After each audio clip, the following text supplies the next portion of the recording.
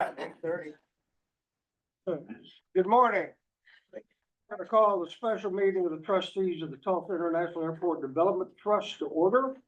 First item of business is to approve the minutes of the November 14th meeting. Do I have a motion? So moved. Second.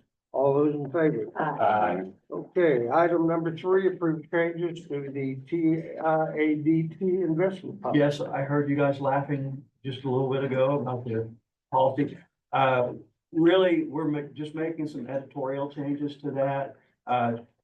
Exhibit A doesn't change, and that sets out what we can invest in.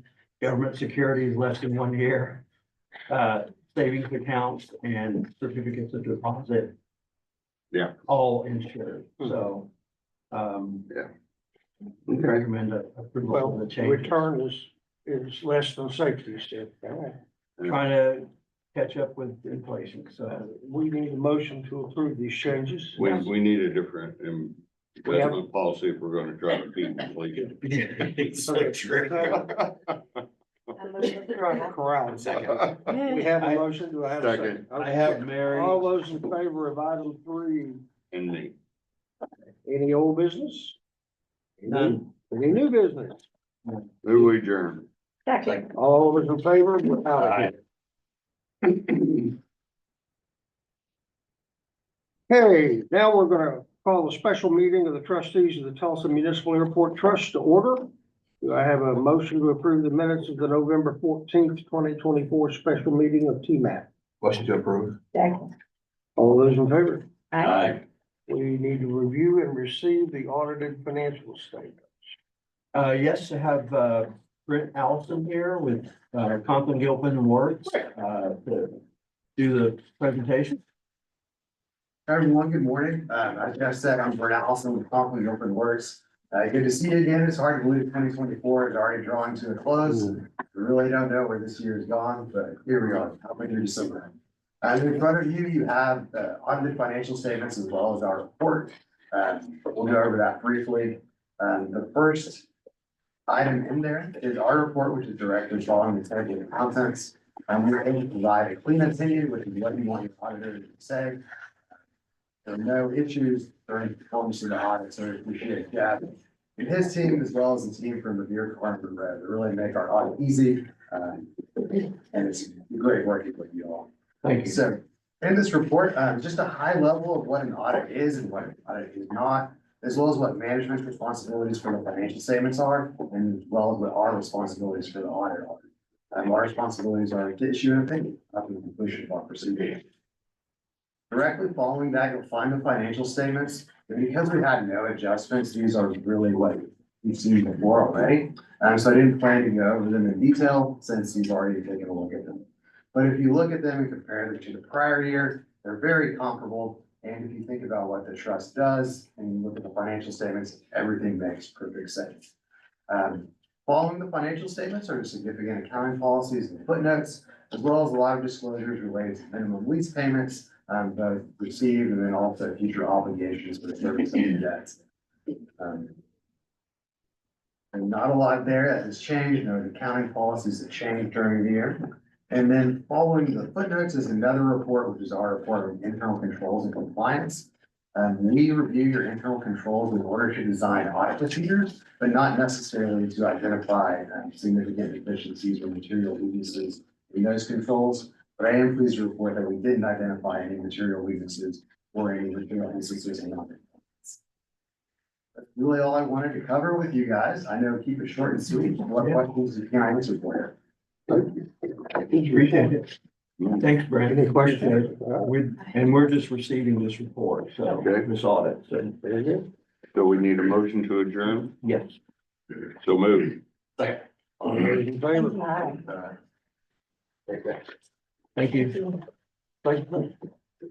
Okay, now we're going to open the combined special and regular meeting of the Tulsa Airport Improvement Trust and the Tulsa Airport Authority. We call those to order, and first thing is approve the minutes of our November 14th, 2024 combined meeting of TAIT and TAA. So moved. Second. All those in favor? Aye. Operating and financial reports, Ms. Lady. I'll kick things off and love this picture of our current tower. that was taken on Tuesday evening by Counselor Lakin. This is his picture. Glad he tagged along so he could get a good photo for us. But I wanted to start off talking about Thanksgiving travel, because there's been a lot of discussion in the media about how travel hit a record level over Thanksgiving. And what we have found is that in Tulsa, it didn't. And so we had seat capacity that increased by 6%. So our seat capacity is up, which would help drive demand. Yesterday, Burdette has sent out the November employment numbers, even though she's gonna report on October today. I just kind of wanted to hit on November. Our November employments were down 3%, 3.5% over last year. Now, there's a lot of reasons behind that. I mean, when you think about the election and people weren't really wanting to travel during that week, not certain about what the outcome would be, and concerns, I think, about that. And then the other impact is the fact that Tulsa's busiest travel days around the holiday are the Sunday and Monday after Thanksgiving. And this year that was December 1st and 2nd. So our November numbers don't include those, peak travel days. Now, they're not gonna drive us up to hit, even with last year. And the reason I just wanted to hit on this is because next year, as we think about our 2025 goals, we're really focusing on amplifying the airport brand and trying to drive additional demand to the airport. We don't control the price of the airline tickets and what they're sold for. I heard this morning airline fares are up 8% over last year.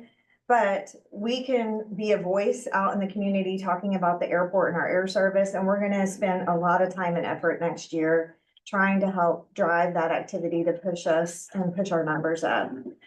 It's hard for us as a community to go out and recruit service if we're not using the service we have today. And so I'm gonna be asking you all and going out in the community to ask for us to have the opportunity to get out and talk about air service as much as possible, because it's an important factor that we have to, as a community, embrace if we want to continue to grow. So with that being said, maybe our December numbers will be out of the park and we'll be like, oh, it balances out. But it was a little disappointing yesterday to get those numbers and see that we're down 3.5%. So just FYI, I wanted you all to be aware of that, and you can help me be ambassadors out in the community too, if you would, encouraging people to fly. I did want to hit on Oklahoma Women in Aviation Day. It was actually on Monday, but the ODAA, Oklahoma Department of Aerospace, celebrated it last Friday. They had a wonderful event, 1,300 people over at the Air National Guard base. The way that the Guard opened up that campus for the public in a way it's never been done before was just impressive. And so thank you, Mary, for attending. Mayor Nichols came out and shared some words with the audience. 500 students were there. This event is growing every year, and we will have it back in Tulsa in 2 years for the 10th anniversary.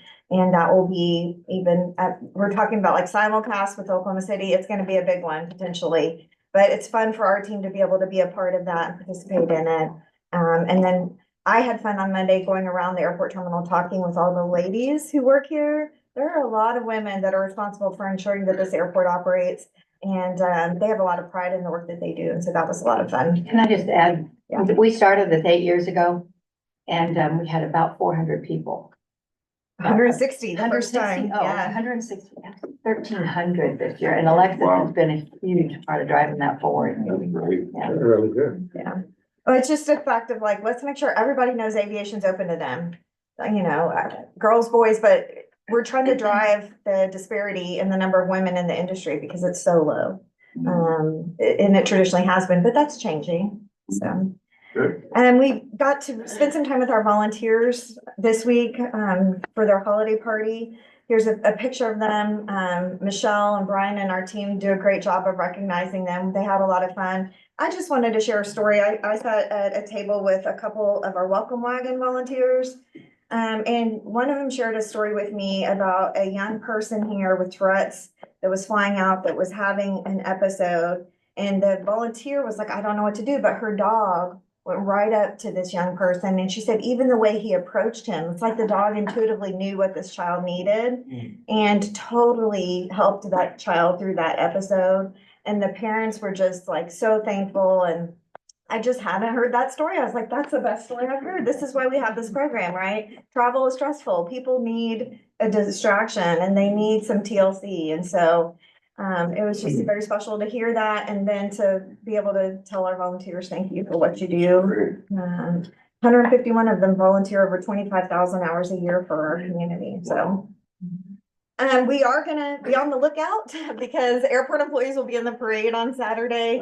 Our working family resource group really is excited about participating. We'll be bundled up in red, so giving out some goodies. And then we have Mrs. Claus coming to the airport, not Santa, maybe Santa. I've heard Santa might be there too, but certainly Mrs. Claus, December 19th. And then I wanted to turn this over to Paul to share some information about a program he launched this year. But, you know, we do the Gallup survey and we ask our employees to give us some feedback about what do you want. And we've invested a lot of time and effort in leadership training for our managers and supervisors. And one of the requests through the survey was, what about every other employee? Like, it's great that we're investing in managers and supervisors, but how are we giving these skills to employees not in those leadership positions today? And then Paul stepped in and said, I have an idea. And so I'm going to turn over to Paul.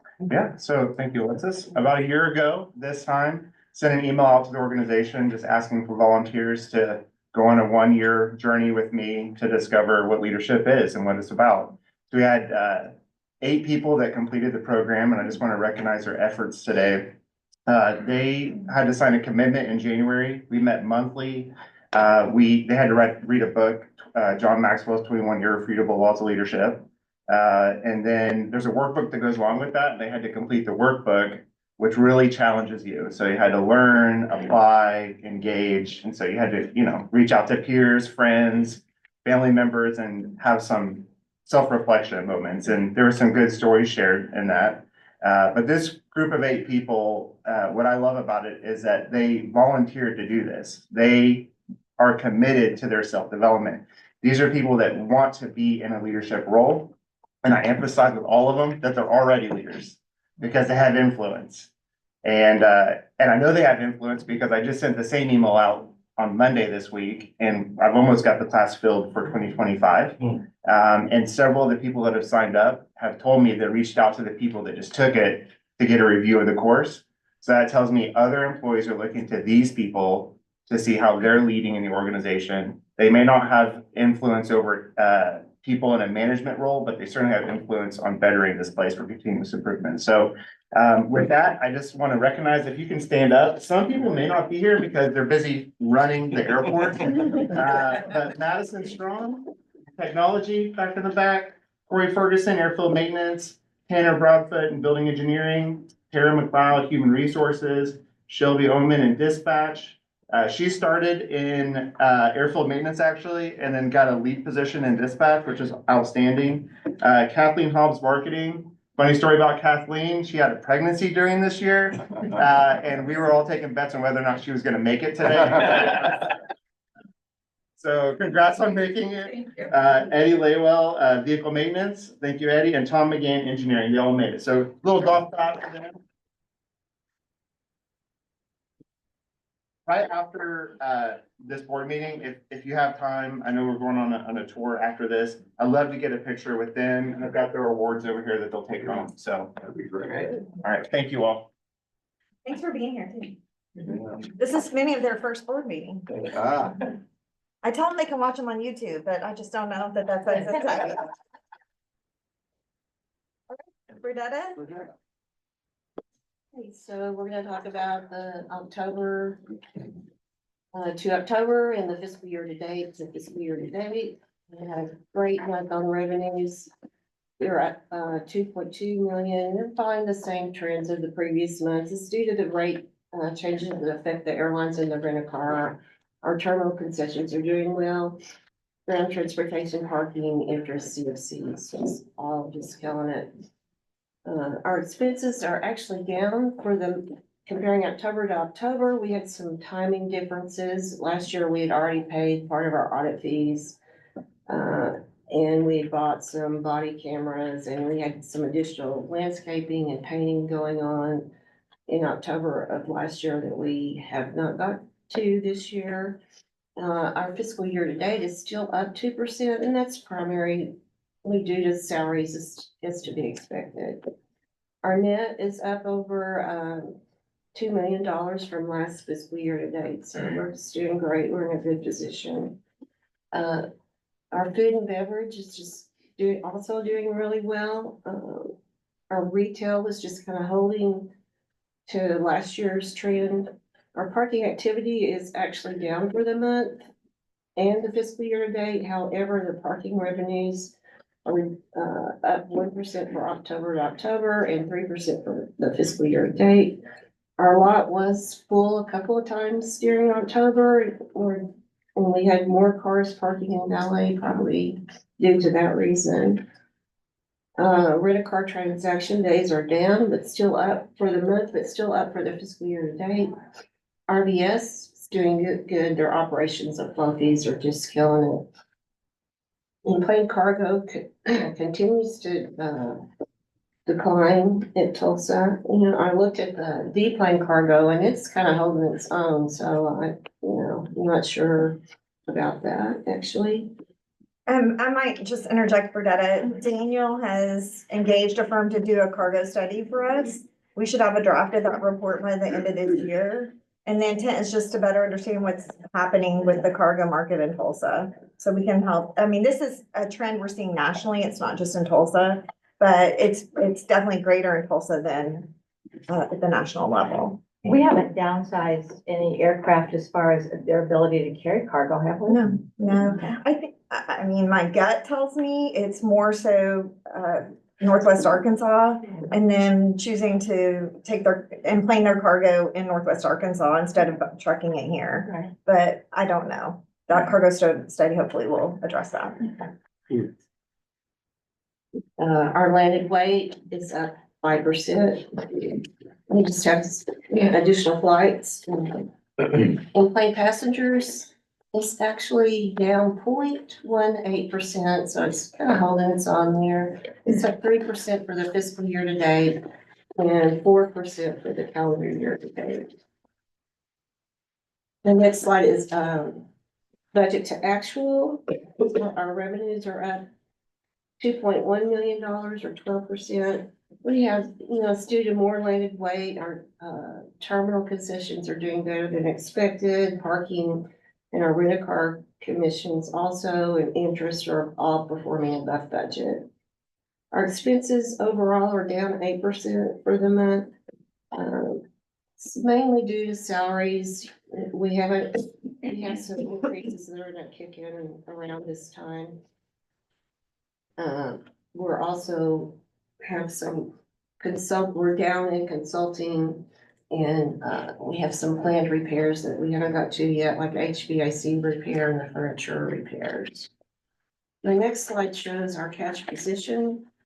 So at the end of October, we had $112.4 million in the bank. We have about 424 days of cash on hand for the Moody's way of calculating it. We paid over $5 million in capital expenses. We got back $2 million from the FAA on the memorandum of understanding. We got our money for the access road, and we have some other grant draws in process. So that's my presentation. If there are any questions. Good report. Good. Burdetta didn't have a voice 2 days ago. So. Yeah.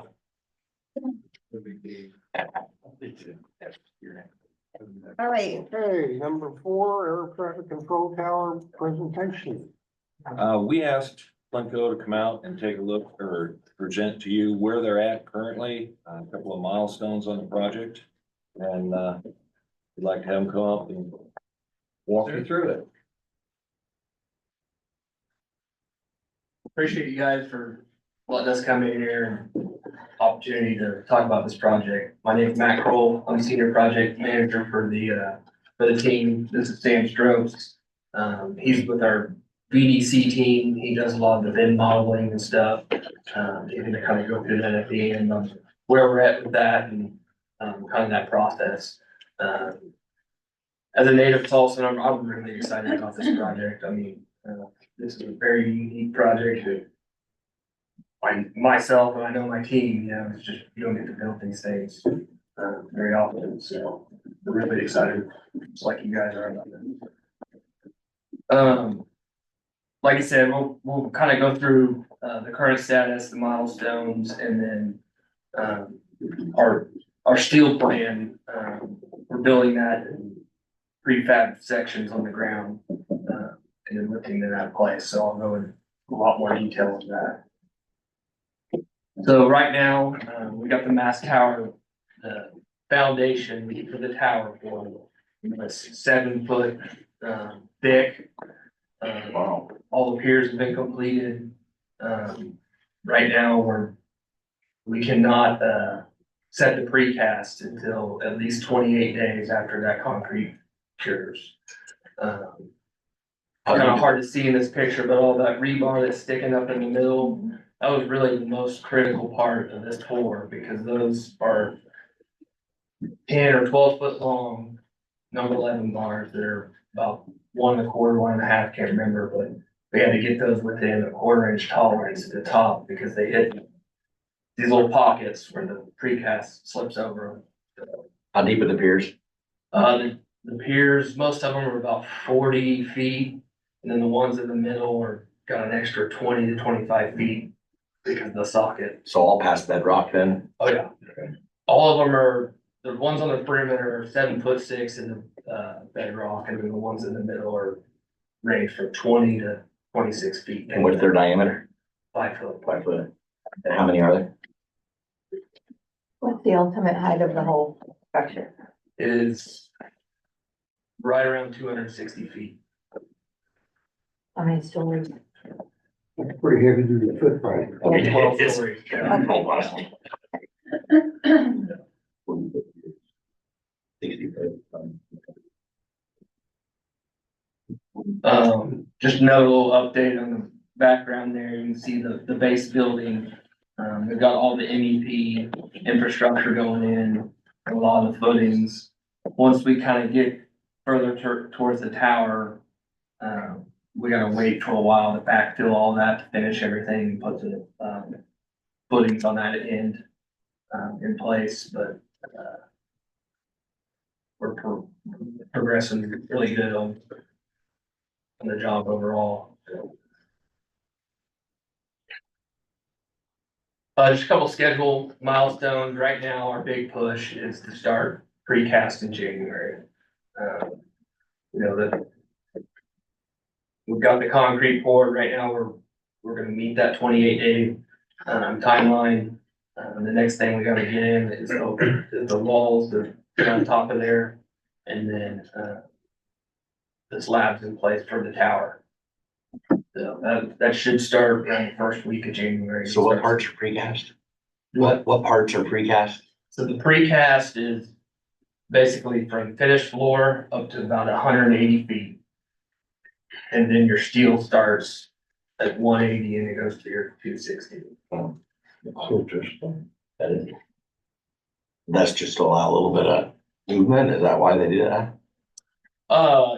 Yeah, I mean, your precast, it's all, it's a, what do they call it, emulated, delegated design, where it's all, you know, a lot of precast that we deal with on the parking garages and stuff, is just kind of a sod, or not, you know, some of it's structural, some of it's not.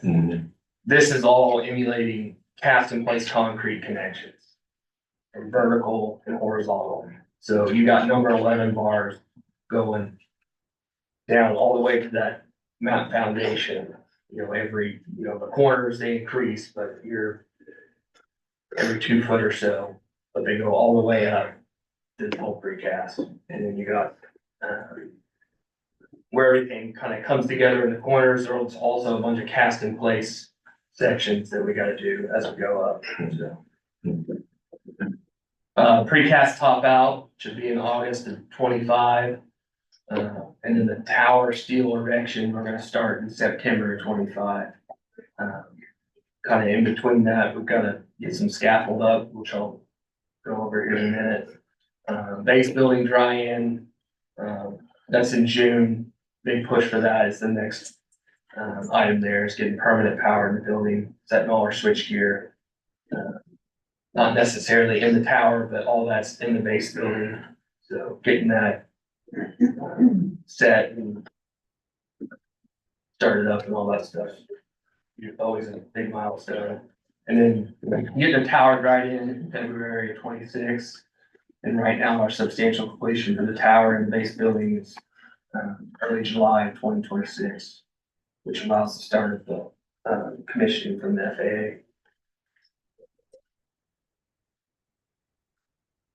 So just a little background on why we decided to kind of approach this project, building the steel.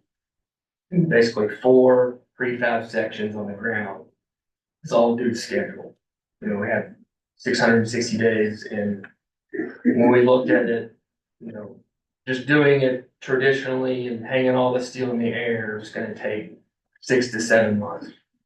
And that just, we weren't able to get there with our schedule, so WW Steel, I gotta give the credit to them, they came up with a really good plan of breaking this thing up in mods and engineering it.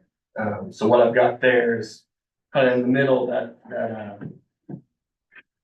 floor plan, if you see those 4 little circles on the outside, we're building those all on the ground and then lifting them up in place.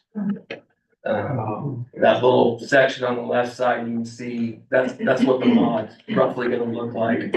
We've got to set some temporary foundations, heads and all that, so they can build it all.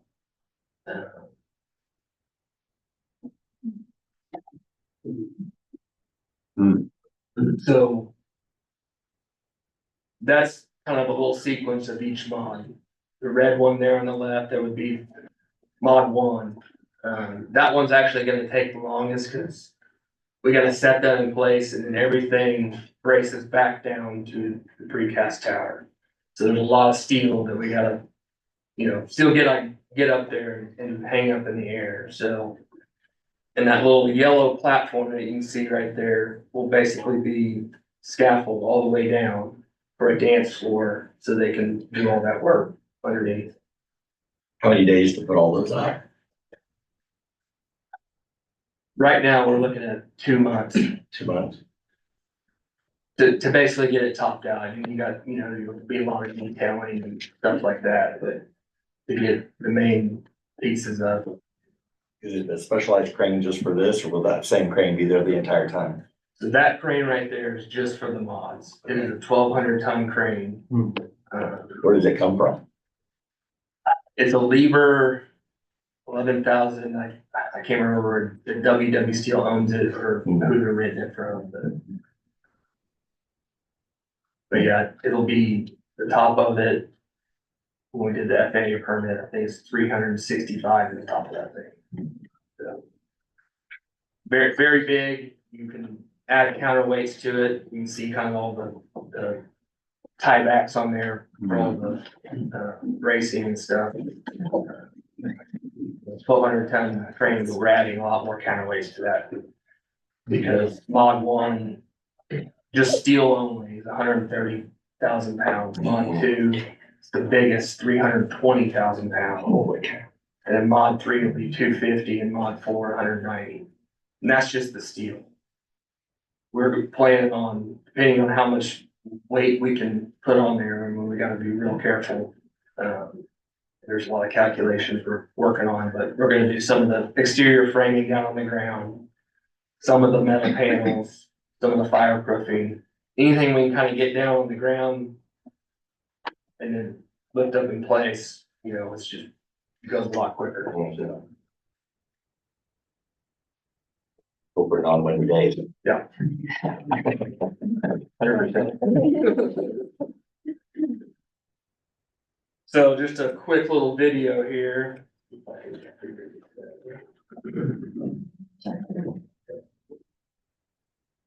you can see, that's a smaller crane we'll use to place all the mods. and then the big one comes up and then. When do you start building the mods? April. If we can get them out here sooner, we will, but right now, the plan's April.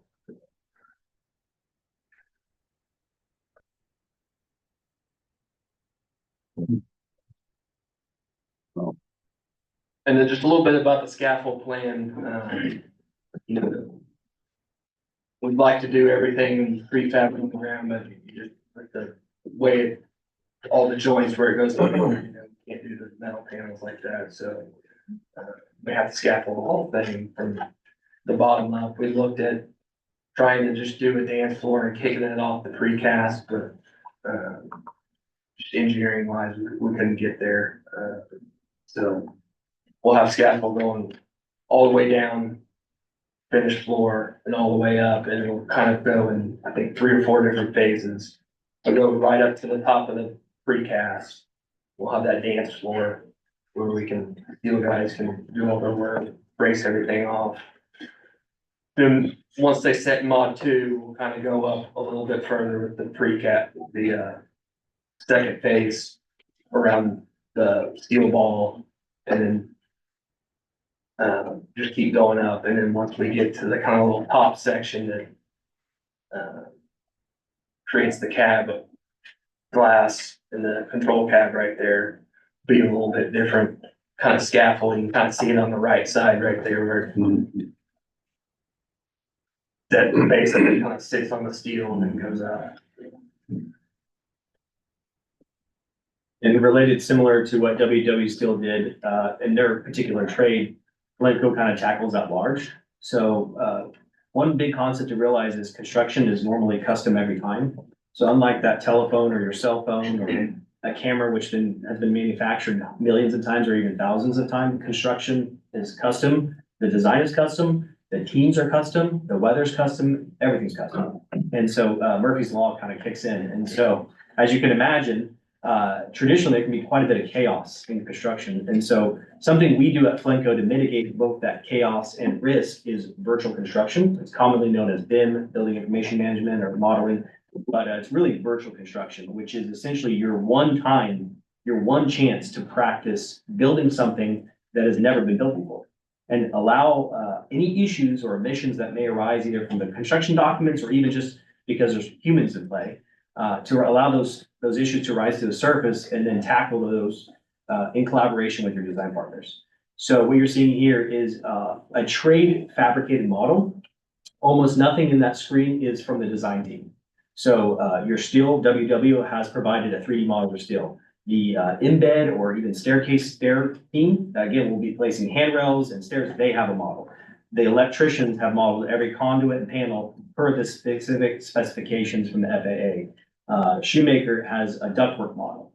On this job, of course, we also have a precast concrete model, which is actually quite hard to get. And I'm very happy we have it on this project, where the team that again is going to be pouring and lifting those concrete places, actually modeling it themselves in 3D, reinterpreting what they see in a printed document and placing that in 3D. So as you can imagine, even having a good design team like this, things can still be omitted there. And so getting that secondary interpretation of what's actually, and then clashing those trades against each other. So we use a software called Navisworks to literally take the electrical work and just smash it against the ductwork. Take the ductwork and smash it against the precast. Take the precast, smash it against steel. What is missing and what is hitting each other. And what that allows us to do is arrive in a field with a plan. So in the traditional construction, we're still dealing with professionals, very competent professionals, but you would go out in the field and each trade would kind of fight it out.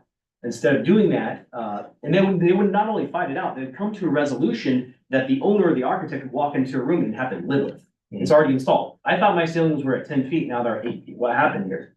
Well, this is what happened.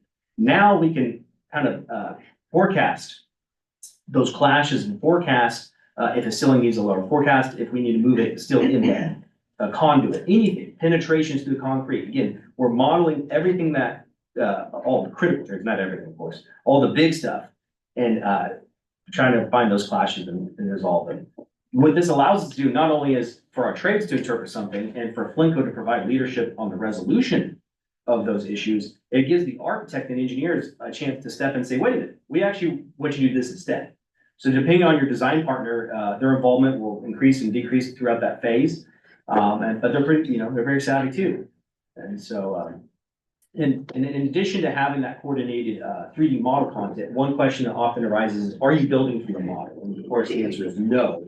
The coordinated 3D models become 2D shop drawings because of course people still need paper to build from or manufacture. Now, WW took it a next step, right? So they coordinated their work, they coordinated their construction and installation, but now they can use that model to offsite fabricate, right? And so the future of construction is gonna start looking more and more like manufacturing, where because we have less and less people to work with, we're gonna coordinate offsite, build offsite, and show up and erect. This allows us to do that.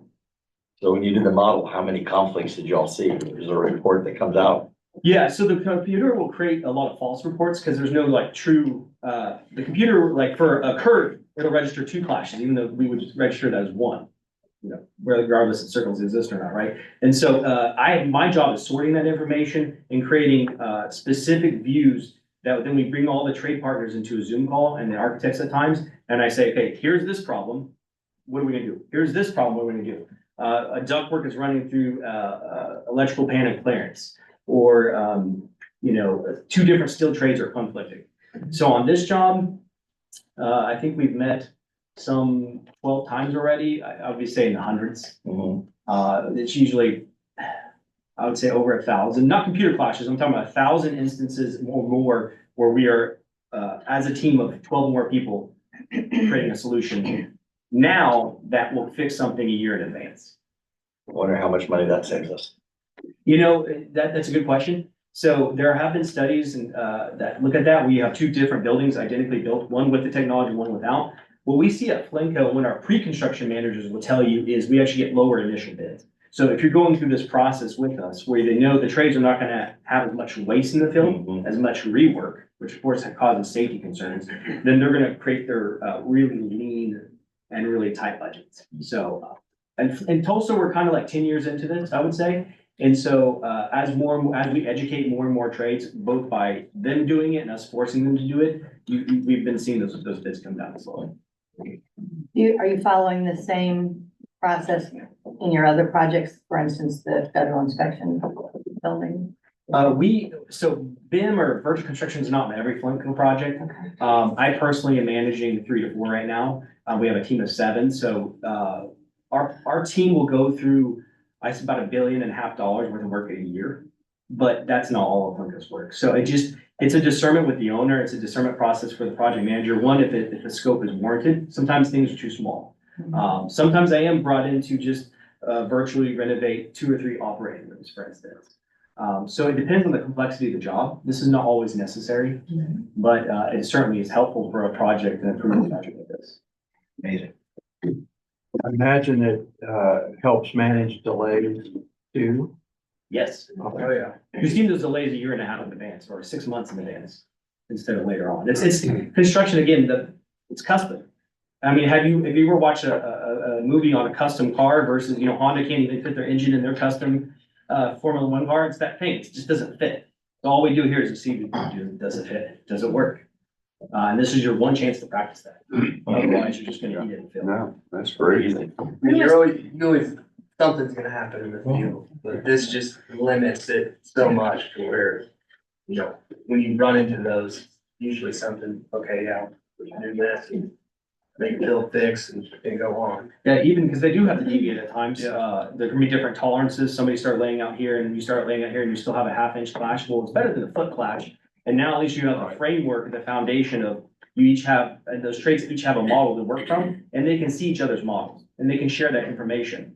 And the beauty of it too is that the trades and the unions are much more sophisticated now in the technology and communication than they ever were. So we're seeing these do things that even go past the design partners. Frank, when was our current tower built? Do you have any? Opening was 61. 61? So, when this is all built and done, will we have actual working drawings or constructed drawings.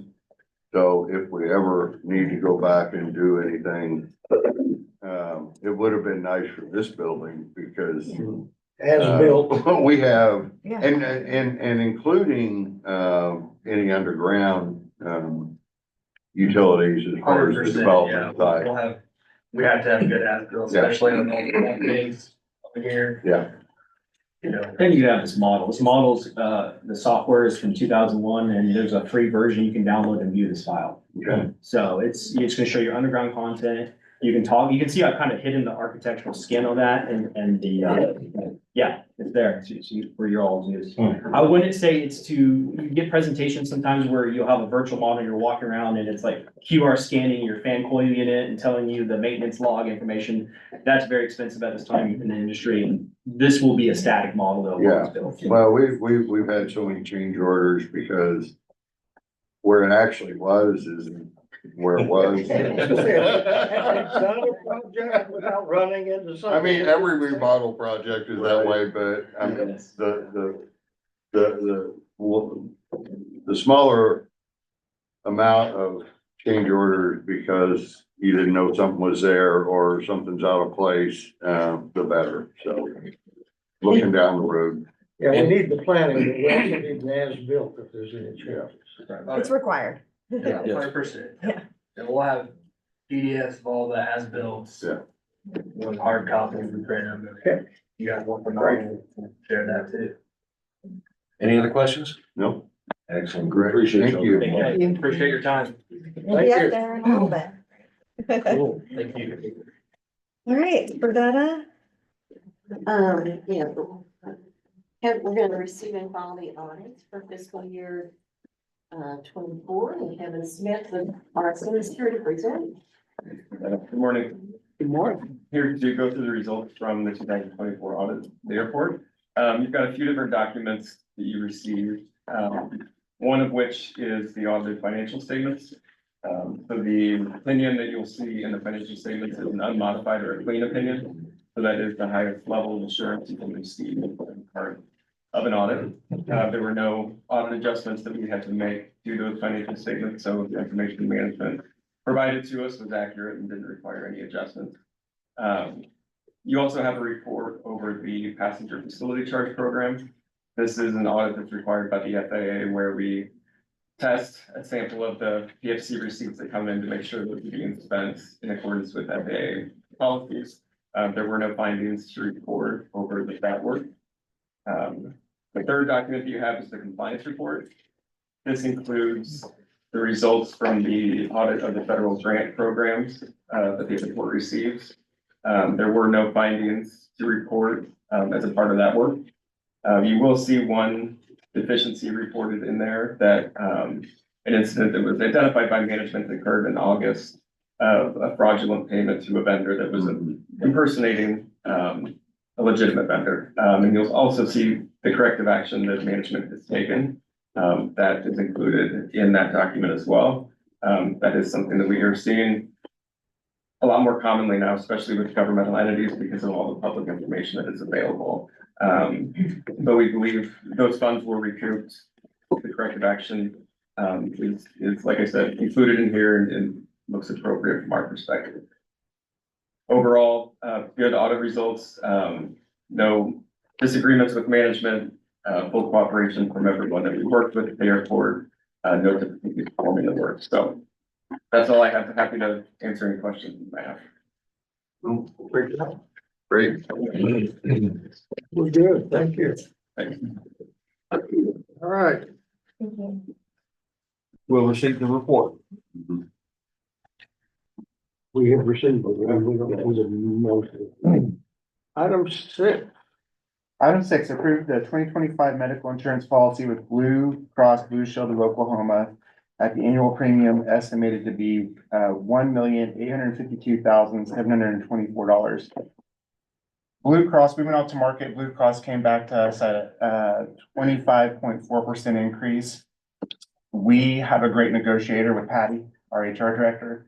And so we negotiated that down and ended up with a 13.85% increase. We had some unusually high claims in 2023. And so in 2024, I'm sorry. So moving into 25, to try to mitigate that, we purchased a new system called Healthy. It's an app that uses AI that takes your policy and connects you with all of your providers and plans that all of our employees will have, and so they can get the best medical care at the best cost to them. And so we anticipate that helping us moving into 25. The insurance costs continue to rise. Recommend approval of item number 6. Move approval number 6. All those in favor? Aye. Approved. Item number 7. Item number 7, approve revisions to the TAIT employee handbook effective December 12th, 2024. These revisions were provided in advance of this meeting to all of you, and it provides updates to maintain legal compliance with recent employment law changes. We recommend approval of item 7. We have any questions? Nope. Move approval. Second. All those in favor? Aye. Item 8. Item 8, accept bid and award contract for mowing services to Source One Facility Maintenance, the lowest responsible bidder, an amount of $154,073.24 for 1 year with 4 one-year options with a 2% annual escalation effective January 1st, 2025. Management recommends approval of item 8. Move approval of item 8. Second. All those in favor? Aye. Item 9. Item 9, accept a proposal and award contract to Gray Bar Electric Company in the amount of $62,818.94 for network cable replacement, removal, and consolidation within the main terminal building effective December 13th, 2024. This will allow us to consolidate cabling into one room versus being in a lot of places for our network switching, and just update cabling that has been installed more than 20 years ago here in the terminal. Recommend approval of item number 9. 9. Move approval. Second. All those in favor? Aye. Passes. Item 10. Item 10, I'd like to amend and accept a donation from All Clear in the amount of $379,582. So last month you approved a donation from Clear for our AIT at the pre-check lane. We discovered after that we had an additional $14,162 cost for factory and site acceptance testing of that equipment. We reached out to Clear, asked if they would cover the cost, and they agreed. So that's what this is for. Very good. Bill would move approval, item 10. Second. All those in favor? Aye. Item 11. Item 11, approved purchase with FHI International Corporation for the purchase of a pure storage flash array storage system and an amount not to exceed $280,838.40. It's a 5-year contract for the purchase of 2 of these arrays at a cost of $66,950 for the first year and $53,472 for the following 4 years of the agreement. We typically budget $70,000 in our operating capital every year to replace and update our storage here for all of our technology products. And so the $70K, typically we purchase network attached storage units and storage area network for life cycle. And so what this is doing is taking those funds and applying it to the pure storage product, which brings us up to current technology. It allows for growth with our storage needs. And then we can also, we anticipate putting one here at the terminal and one at our disaster recovery site. So we'll have replication and failover. And where is that?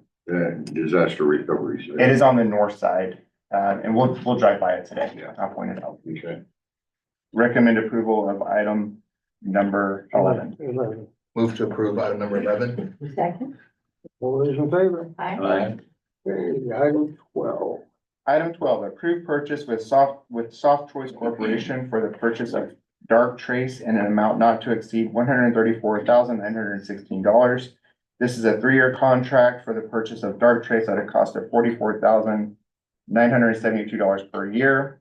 It's a cybersecurity solution that uses AI to monitor and protect our organization's digital assets.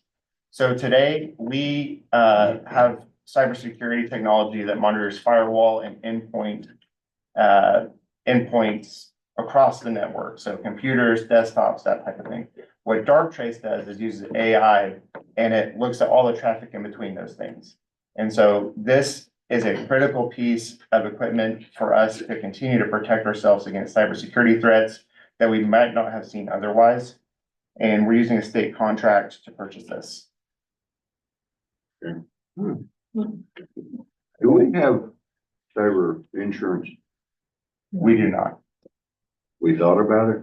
Yes. We go out. It's been a point of discussion, Yeah, we go out every year just to get the, but I know sometimes they will require some of these programs in order to get it, so. Yeah. We don't have it, it's just a matter of cost. No, so we've engaged with the FBI on some of cybersecurity issues. And the FBI has told us that many of those policies don't cover state-sponsored acts of terrorism. And State sponsored. state-sponsored, so, and unfortunately, many of the things that you see in the media that attack critical infrastructure are state-sponsored. And so those policies would not pay out for us if we had an issue. But we're very confident. We comply with all of our TSA cybersecurity policies and requirements. We've added a position for cybersecurity with Madison Strong, who is in the leadership class that she stood up just a moment ago. And we continue to purchase products that just position us to be able to sleep better at night. Yeah, a lot of bad To actors. ensure they're not gonna cover it. Yeah. Right, it's an ongoing thing and an ongoing cost that will be mitigating for the rest of it's the gonna be time. like the light bill. It's just something we're gonna have Yeah. to pay. No, That's fair. right. So I recommend approval of item number 12. Okay, so move. Second. All those in favor? Aye. Item 13. Item 13 is approved 5-year airport capital improvement plans for the fiscal year 2026 to 2030 for the TUL and RVS airports. Last month, I brought this to you for initial consideration. There's been no changes. One item that we did mention as I was going through some of the project last month, the CONRAC, we said would have to be approved by the airlines. That was not correct. Burdetta corrected me. Thank you, Burdetta. Because that is not in rate base, we do not have to have the airlines approval for that project.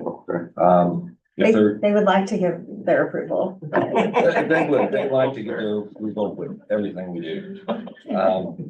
There's been no changes since last month. If there's no questions, I'd like to request that you approve item number 13. Have a motion. So moved. Second. All those in favor? Aye. 13 is approved. Okay, we have item 14. Item 14 is approved right of entry to the Federal Aviation Administration for their participation in the construction of the air traffic control tower project. The FAA said that they need a right of entry for them to go ahead and work on the project. We granted it and they said, fantastic, we appreciate it. Tell them we just punch to do that. Let me think about it. Okay, maybe not all of us, but at least. I would move approval. Any no votes? I missed the second. Okay. Item 15. Item 15 is the sub-selection approved award of professional services agreement to Garver LLC in the amount not to exceed $374,550 for the Northeast Infrastructure Airport Equipment and Office Building down at Riverside. We looked at this building. It is, was built in 83, excuse me. It's about 12,000 square feet. We have outgrown the building. We have maintenance issues with the building.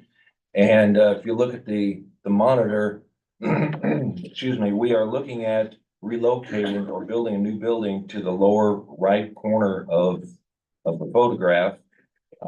Once that is done, we will demolish the existing building and up toward the north side, top side of the photograph, it identifies some hangars and some tennis ways that we anticipate installing or building. It's opening up that area for growth. We received 5 responses to our RFQ and we selected Garver as the best qualified. Management recommend approval of item 15. Are you gonna reroute the perimeter road? Yes, the perimeter road will be rerouted at the north end, and we will reroute it, basically, the perimeter road as it comes in on the east side will remain where it is. And we will reroute the perimeter road as it comes from, the school, to avoid the building. So are we going around it on the south or? We're going around it on the west side of the existing or the future building. Along that row of hangars. This is, That's our retention pond, so I was wondering. Right, we are gonna potentially be filling in a retention pond there. We're gonna have to work with the Corps and so forth to make sure that we mitigate whatever we take away. It's very possible that that pond is large enough that we will not need any mitigation. I've never seen it full. Right, at this point, we don't know. But we will have to work closely with the Corps. Okay, Move approval item 15. Second. All those in favor? aye, Item 16. Item 16 is accept, selection, approve, excuse me, award of professional services agreement to FSB Architects and Engineers, PC, in the amount not to exceed $119,803 for the lower level restroom upgrade project. We requested qualifications for this project. We received one qualification, that was FSB. This is a federally funded project. DBE goal is 4.33%. Committed goal is 4.34%. Basically, what this is going to do is take the lower level restrooms in concourse in A bag lane and B bag lane, and also the restrooms there at the ticket counter, and update them. Those are the only restrooms that have not been touched since. Whenever. I was gonna say 1986? No, maybe. It was Um, earlier than that, probably. yeah, I believe it was. Yeah. 1-inch tiles, terrible. Yeah. Do I have a motion to approve item 16? so moved. All those in favor? Aye. Aye, 16 is approved. Item 17. Item 17 is approve amendment number 1 to professional construction management services agreement with Olson Incorporated for the RVS taxiway connector to runway 19 right, 1 left, phase 2 project. This project is closed. We are submitted, or Olson has submitted information to the FAA. It's going back and forth. I don't see that this contract is going to exceed the dollar amount, but I want to make sure that we are able to extend that if we need to. This basically just extends the performance of the contract by 6 months. By 6 months. Yes. Management would recommend approval of item 17. Do I have a motion? Move to approve item 17. Second. All those in favor? Aye. aye, Item 18. Item 18 is approved change order number 1 with Rick Scott Construction Incorporated in the amount of $1,894.64 for the airfield maintenance facility improvement project. As Rick Scott was removing some of the skin off the electrical shop, they discovered a lot of wood rot and so forth, unforeseen. This covers their costs and repairs that damage. So far, project is 0.5% over the bid price. Management recommend approval of item 18. move approval, item 18. Second. All those in favor? Aye. Aye, 18 is approved. Item 19. Item 19 is approved change order number 2 with Flinco LLC in the amount of $585,024.80 for the air traffic control tower and base building project. This contract compensates the contractor for additional steel that was needed in the elevator pits, additional grounding that FAA was requiring, relocation of overhead electrical lines. We chose to put those underground. Additional boring, duct banks. There was a generator in the original bid. We had 4 different options that they could quote. DFA said, no, we want Kohler after the bid was submitted. So this is also in this project or in this change order. and we let them come in and visit. Yeah. We had a lot of conversations with. them. That's a bad girl. Can we go back? Rescind? Yeah, we All right, but are we still having a generator? after- We do still have a generator. It is, the one that the FAA wanted. We discussed with them that they are not gonna have to do anything with the generator. They are saying that all their facilities around the nation have Kohler generators. And we want our technicians to be able to operate it, work on it. And I said, this is operations, this generator provides power for all of the facility over there, not just your area. And they said, well, we need, so I said, look, you take over the generator, you maintain it, you operate it, we are hands off, we'll go with Kohler and it's your responsibility. They said, yes. Okay, Can we have that in writing? Yeah. It is an email. Okay. I've already discussed it with very good Sherry. question. Yeah. I've already discussed it with Sherry regarding the tower lease. And that'll be something that we make sure that we put in that lease. Engrave the emails in stone, please. Absolutely, That'll be part of the maintenance and use the lease premises on them. correct. And have it in any color you want, as long as it's black. Out of curiosity, how much of that? Isn't that what your Is report that- says? For the generator upgrade. Do we have approval of item 19 to turn over the generator to the FAA? So moved. Second. All those in favor? Alright. Item 20. That's on record. Yeah, I would like to take item 20 and 23 together. They are associated. 20 and 23. Item 20 and 23, yes, sir. Item 20 is approved change order number 1 with APAC Central Incorporated to extend contract time by 79 days due to weather on the perimeter road project here at TUL. And item 23 is accept project and final payment in the amount of $280,288.77 for the same project. DBE goal on this project was 6.78. Contractor elected goal of 6.78, and at completion, they met their goal. This project closed out 4.09% below the original contract price, and management recommend approval of item 20 and 23. So moved. Second. All those in favor? Aye. Item 21. Item 21 is approved change order number 1 with Oshkosh Airport Product, a division of Pierce Manufacturing Incorporated, in the amount of $3,900.79 for the ARF vehicle replacement project. Basically, the contractor, the consultant, let me try that again. The manufacturer is going to devise, design, and manufacture a bracket to hold a ladder on the new build. The new truck that we are receiving, they're also going to provide a ladder for that. Little giant ladder? Yeah, Little giant ladder. It'll be a 26-foot ladder. It's Little Giant is one that folds up. Maybe 5 feet, 6 feet tall. Is it a trade name It is. or, Yeah. It is. okay, It is. because I've heard of medium-sized ladders and little ladders and giant ladders, but never little giant. It's the giant shrimp. And it is a manufacturer of the ladder itself. It is a 26-foot ladder. This is the same company that does the peas and the beans. Okay. You have approval on item 21. So moved. Dies for lack of a second. Aye. Second. All those in favor, item 22. Aye. Item 22 is accept project approved final payment to Ellsworth Construction LLC in the amount of $28,642.50 for the employee parking lot A expansion project. This project closed out 1.4% above the bid price. Management recommend approval of item 22. Motion to approve. So moved.